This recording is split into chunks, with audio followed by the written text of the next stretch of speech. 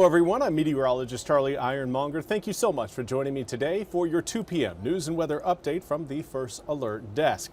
Now I've got some good news coming out of Pamlico County, where Imagine Pamlico has hosted a rural health and wellness conference.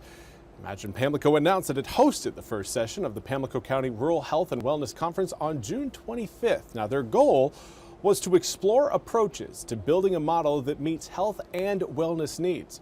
According to the release, 35 representatives from the state and regional healthcare organizations came to the Pamlico County Library to participate.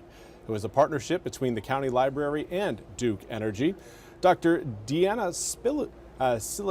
Silimperi, a retired pediatrician and member of the Pamlico County Health Advisory Board, said, quote, "We often hear health and think clinical intervention, which is vital, but that's only one piece of it. What we can do in broader ways in terms of wellness via exercise, recreation, and mental health is critical for preventing illness and maintaining recovery," end quote. Also need to turn to some drug news across eastern North Carolina, starting out with a pair who was busted for drugs in Pitt County.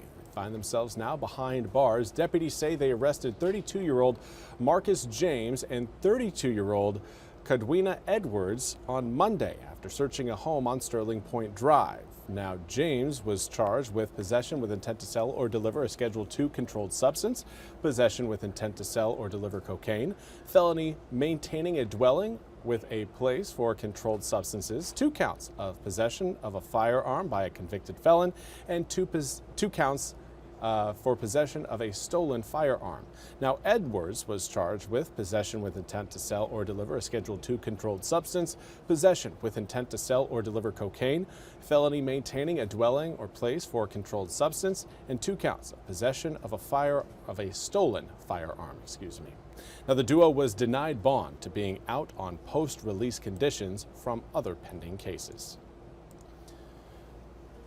And then in Carteret County, we also have 2 who are also facing a multitude of drug charges. Deputies arrested 39-year-old Stacy Willis of Williston and 28-year-old Christopher Mason of Beaufort this past Saturday during a traffic stop in the area of Highway 101 in Beaufort.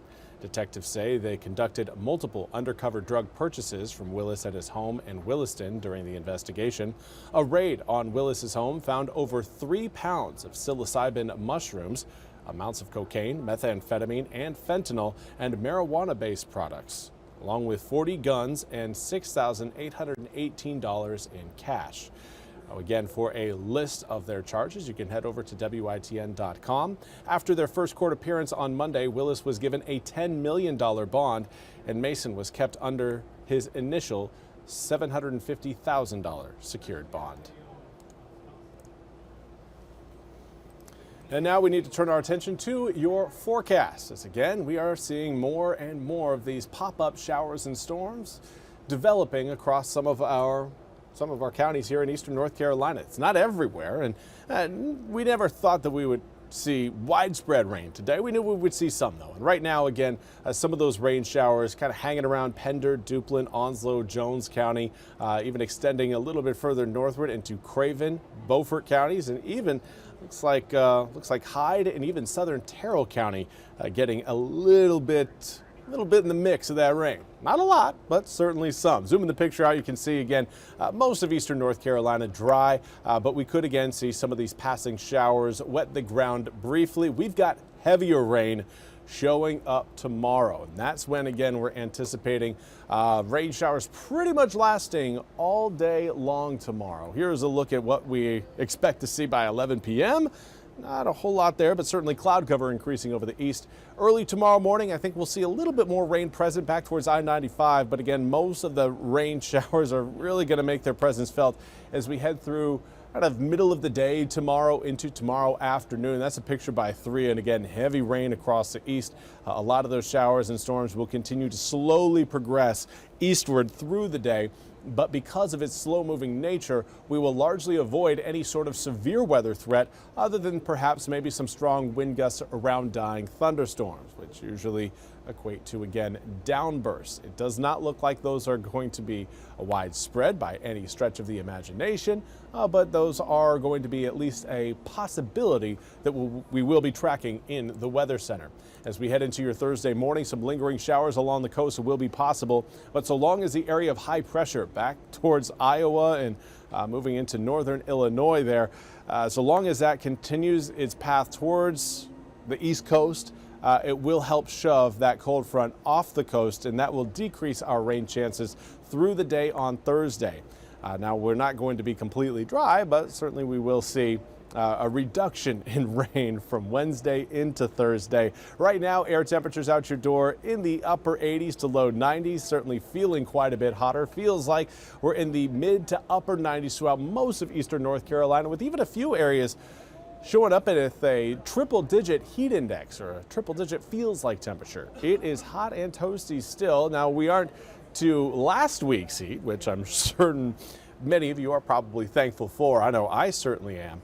But it is still above average. Normal this time of year is around 87 to around 90 degrees. Now, later in July, we will likely see those air temperatures, those average air temperatures go up. But for now, again, slightly above average today. Tomorrow, we're going to be below average. Let's talk about it. 77 degrees tomorrow morning, breaks the 80-degree mark between around 9 to 10 a.m. But noon, that marks your high for the day, as again, more rain showers coming down in the afternoon will help bring, again, air temperatures down into the low 80s as we wrap up the day. Overall, it is going to be cooler, it is going to be wet, it is going to be cloudy, but it will certainly, again, feel pretty nice when compared to the heat and humidity combo we've been faced with over the past several days, really past week or so. Feels like kind of like last 10 days. Now, here's a look at your full 8-day forecast. Again, we'll get back into the 90s by the time we reach Thursday afternoon, and we'll hold in the low 90s through 4th of July, Saturday, Sunday, Monday, Tuesday, and most likely the following Wednesday. But overnight chances of rain, I should really say afternoon to evening chances of rain will be possible each and every day just because of the heat and humidity that will be present.